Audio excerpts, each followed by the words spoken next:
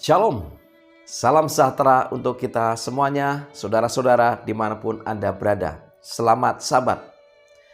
Masih bersama dengan saya, Pendeta Daniel Siswanto, dan kita akan melanjutkan pelajaran sekolah Sabat kita. Saudara, kita telah tiba di pelajaran yang keempat di triwulan yang kedua di tahun 2023 dengan judul Takutlah akan Allah dan muliakanlah Dia. Namun sebelum kita mempelajari akan lebih lanjut, mari kita tunduk kepala dan berdoa. Bapa di surga, bila mana kami akan mempelajari firman-Mu melalui pelajaran sekolah Sabat, biarlah Tuhan mencurahkan Roh Kudus Tuhan kepada masing-masing kami, sehingga kami mempunyai hikmat untuk mengerti, memahami akan firman ini. Berkati kami ya Tuhan. Terima kasih. Dalam nama Yesus kami berdoa. Amin. Takutlah akan Allah dan muliakanlah Dia. Ayat inti kita terdapat di dalam Wahyu 14 ayat yang ke-12. Yang penting di sini ialah ketekunan orang-orang kudus yang menuruti perintah Allah dan iman kepada Yesus. Dalam pelajaran pekan ini, kita akan menemukan sudut pandang mengenai penghakiman yang benar, di mana Allah sebagai hakim yang adil, hakim yang agung, dan penuh belas kasihan. Selanjutnya, kita juga akan menemukan sikap hormat dan takut Allah yang menjadi dasar bagi umat-umat yang menang. Mari kita mempelajari akan pelajaran ini lebih lengkap. Di pelajaran hari Minggu dengan judul Takut akan Allah. Wahyu 14 ayat 7. Dan ia berseru dengan suara nyaring. Takutlah akan Allah dan muliakanlah Dia. Karena telah tiba saat penghakimannya, dan sembahlah Dia yang telah menjadikan langit dan bumi dan laut dan semua mata air.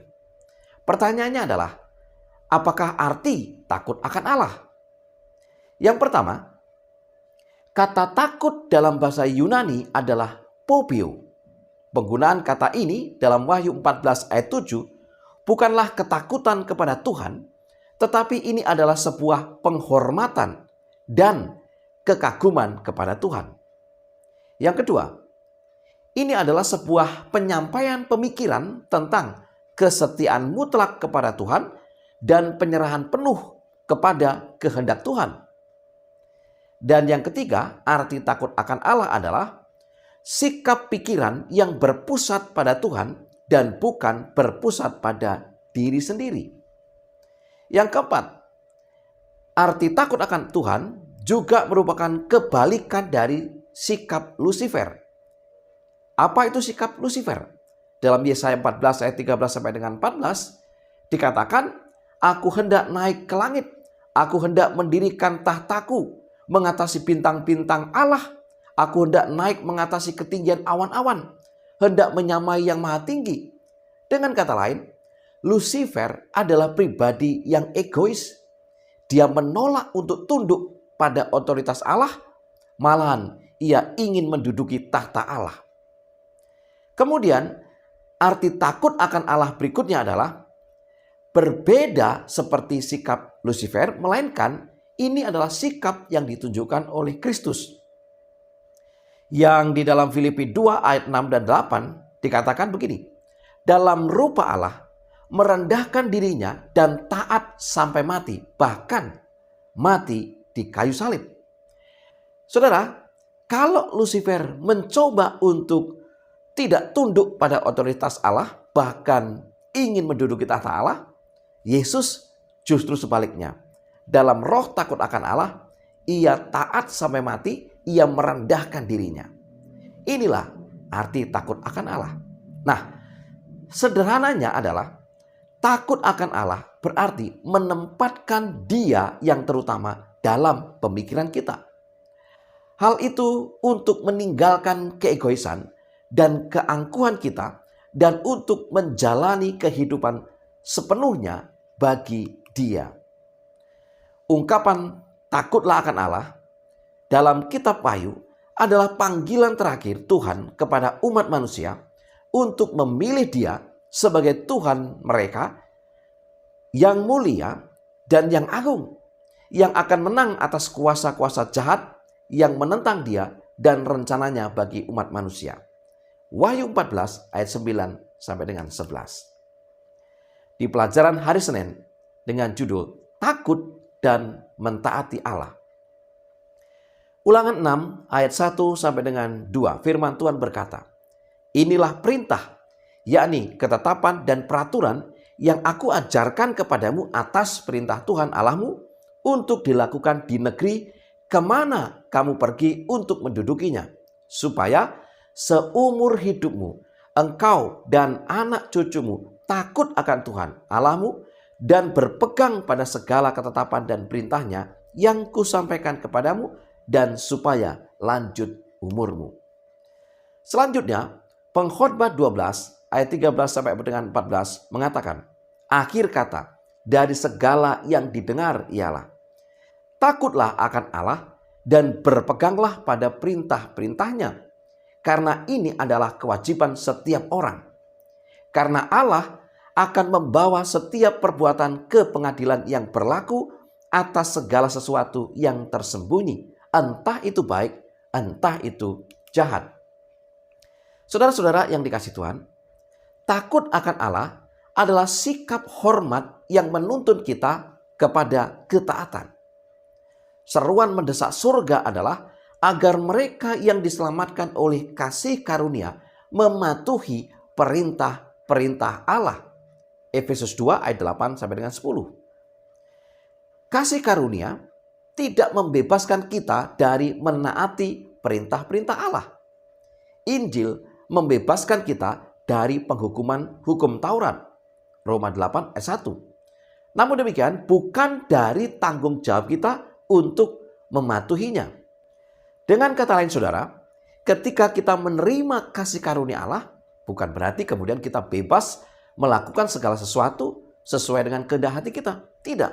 Justru kasih karunia Allah membawa kita kepada penurutan.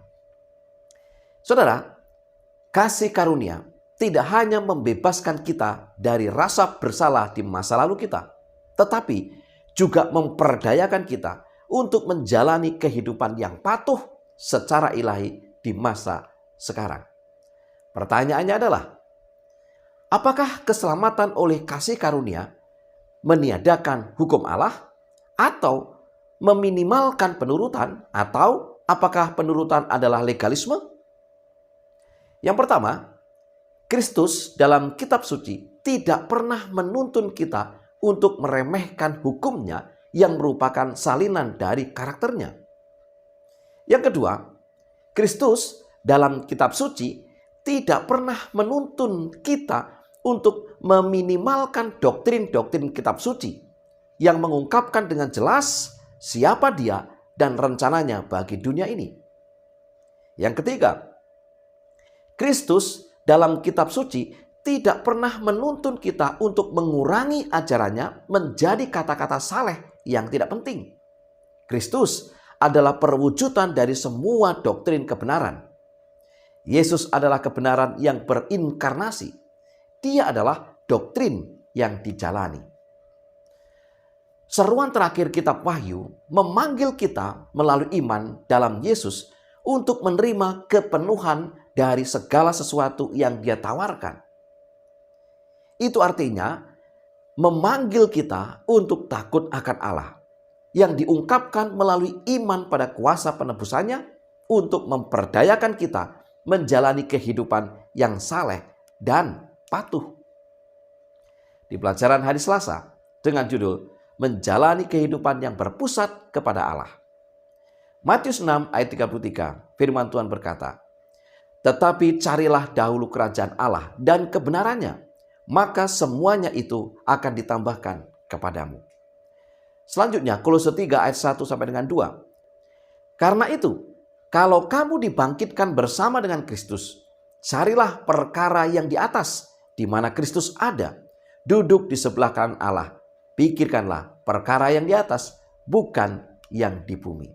Saudara-saudara yang dikasihi Tuhan, bagi beberapa orang, uang adalah pusat kehidupan mereka. Untuk orang lain, kesenangan dan kekuasaan. Yang lain mungkin adalah olahraga, musik, atau hiburan. Pekabaran kitab Wahyu adalah satu seruan yang jelas untuk takut, menghormati, dan memuliakan Allah sebagai pusat kehidupan yang sejati. Masalah utama dalam konflik terakhir di bumi antara yang baik dan yang jahat adalah pertempuran dalam pikiran kita. Siapa yang mengendalikan pikiran kita? Itu benar-benar sebuah bentuk kesetiaan, otoritas, dan komitmen terhadap kehendak Allah. Nasihat Paulus dalam Filipi 2 ayat 5 dikatakan, hendaklah kamu dalam hidupmu bersama menaruh pikiran dan perasaan yang terdapat juga di dalam Kristus Yesus. Pertanyaannya adalah, mengapa sangat penting bagi kita untuk memiliki pikiran seperti Kristus Yesus? Pikiran adalah benteng keberadaan kita. Itu adalah mata air dari tindakan kita. Kata hendaklah berarti mengizinkan atau memutuskan. Itu berbicara tentang sebuah tindakan dari kehendak. Selanjutnya, pilihan untuk memiliki pikiran Kristus adalah keputusan untuk mengizinkan Yesus membentuk pemikiran kita dengan hal-hal yang kekal. Tindakan kita mengungkapkan di mana proses berpikir kita berada. Takut akan Tuhan berarti menjadikannya yang pertama dalam hidup kita. Yang ketiga, seringkali masalahnya adalah bahwa kecuali kita melakukan upaya sadar untuk memikirkan hal-hal yang benar, perkara yang di atas dan bukan yang di bumi, pikiran kita yang jatuh dan berdosa ini sebagaimana adanya secara alami akan cenderung ke arah hal-hal dasar, yaitu perkara dari dunia. Saudara-saudara yang dikasihi Tuhan, oleh karena itu kita perlu seperti yang Paulus katakan, agar dengan sengaja dan dengan hati-hati memilih menggunakan karunia kudus kehendak bebas untuk memikirkan perkara-perkara atau hal-hal sorgawi. Filipi 4 ayat 8. Jadi akhirnya saudara-saudara, semua yang benar, semua yang mulia, semua yang adil, semua yang suci, semua yang manis, semua yang sedap didengar, semua yang disebut kebajikan dan patut dipuji, pikirkanlah semuanya itu. Di pelajaran hari Rabu dengan judul Memuliakan Allah. 1 Korintus 3 ayat 16 sampai dengan 17. Tidak tahukah kamu bahwa kamu adalah bait Allah dan bahwa Roh Allah diam di dalam kamu?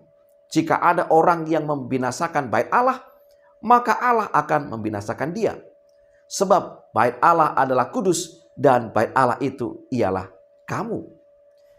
1 Korintus 10 ayat 31. Aku menjawab, jika engkau makan atau jika engkau minum atau jika engkau melakukan sesuatu yang lain, lakukanlah semuanya itu untuk kemuliaan Allah. Pertanyaannya adalah, mengapa kita harus memuliakan Allah melalui tubuh kita? Dan bagaimana cara kita memuliakan Allah? Yang pertama, tubuh kita adalah bait suci, tempat tinggal Roh Allah. Sebuah bait suci yang dikuduskan oleh karena kehadiran Allah ada di sana. Yang kedua, kitab suci memberi kita panggilan yang jelas untuk memuliakan Allah dalam setiap aspek kehidupan kita. Ketika Allah menjadi pusat kehidupan kita, satu-satunya keinginan kita adalah untuk memuliakannya, baik dengan pola makan kita, cara berpakaian kita, hiburan kita, atau interaksi kita dengan orang lain. Dan yang ketiga, kita memuliakan Allah sewaktu kita mengungkapkan karakter kasih-Nya kepada dunia melalui komitmen kita untuk melakukan kehendak-Nya. Ini bahkan lebih penting dalam terang penghakiman akhir dunia ini. Roma 12 ayat 1 sampai dengan 2 dikatakan, karena itu, saudara-saudara, demi kemurahan Allah aku menasihatkan kamu, supaya kamu mempersembahkan tubuhmu sebagai persembahan yang hidup, yang kudus, dan yang berkenan kepada Allah. Itu adalah ibadahmu yang sejati.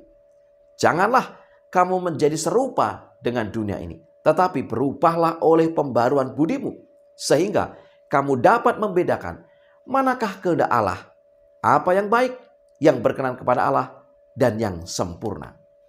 Saudara, mempersembahkan tubuh berarti keseluruhan yang mencakup tubuh, pikiran, dan emosi. Ketika Anda membuat komitmen total untuk takut akan Tuhan dan muliakanlah Dia dalam setiap hal yang Anda lakukan, maka berikanlah pikiran Anda, tubuh Anda, dan emosi Anda kepadanya. Ini adalah sebuah tindakan penyembahan yang sejati. Dalam konteks penghakiman Tuhan, ketaatan adalah ide yang baik. Di pelajaran hari Kamis dengan judul Pemenang Kitab Wahyu. Pekabaran dari Kitab Wahyu adalah pekabaran kemenangan, bukan kekalahan.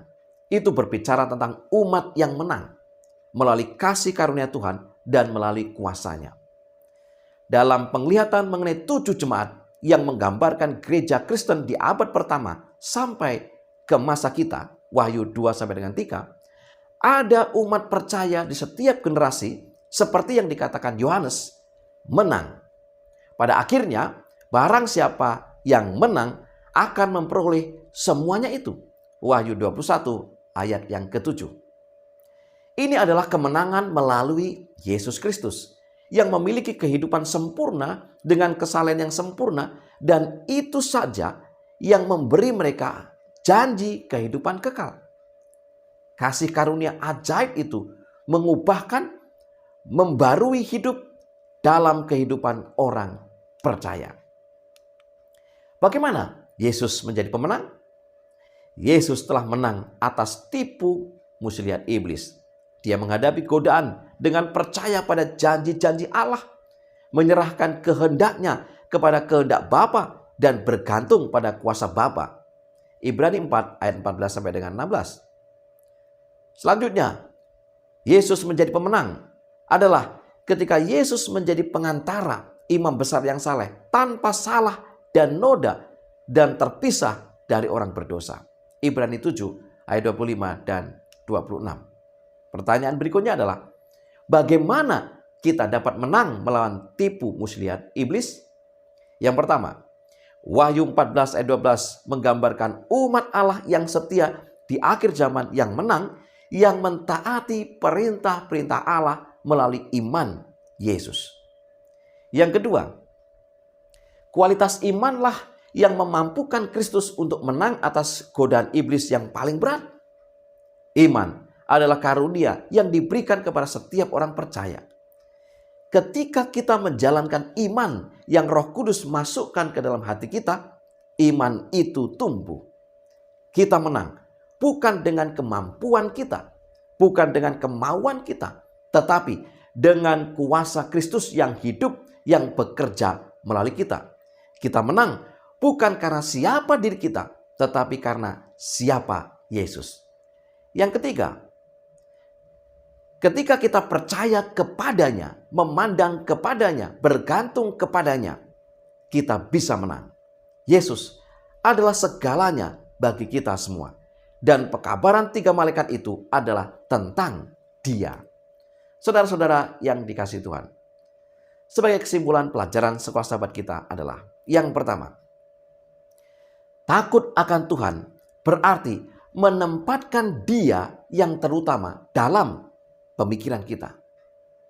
Yang kedua, takut akan Allah adalah sikap hormat yang menuntun kita pada ketaatan.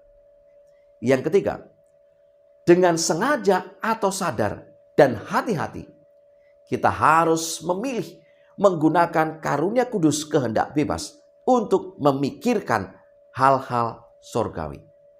Yang keempat, apapun yang kita perbuat, lakukanlah semuanya itu hanya untuk kemuliaan Allah. Dan yang kelima, kita bisa menang melawan tipu muslihat iblis hanya dengan kuasa Kristus yang hidup dan bekerja melalui kita. Itulah pelajaran sekolah sahabat yang bisa saya sampaikan pada pekan ini. Semoga menjadi berkat bagi kita. Mari kita tunduk kepala dan berdoa. Bapa di surga, biarlah Roh Kudus Tuhan akan Engkau curahkan kepada masing-masing kami.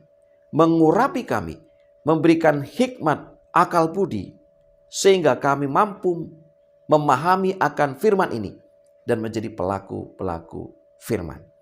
Berkati umat-umat Tuhan dimanapun mereka berada. Biarlah berkat yang sama menjadi bagian kami semuanya. Terima kasih ya Tuhan, dalam nama Yesus kami berdoa. Amin. Saudara-saudara yang dikasihi Tuhan, selamat belajar. Selamat untuk terus menggali kebenaran firman Tuhan melalui pelajaran Sekolah Sahabat kita. Selamat sahabat, Tuhan memberkati.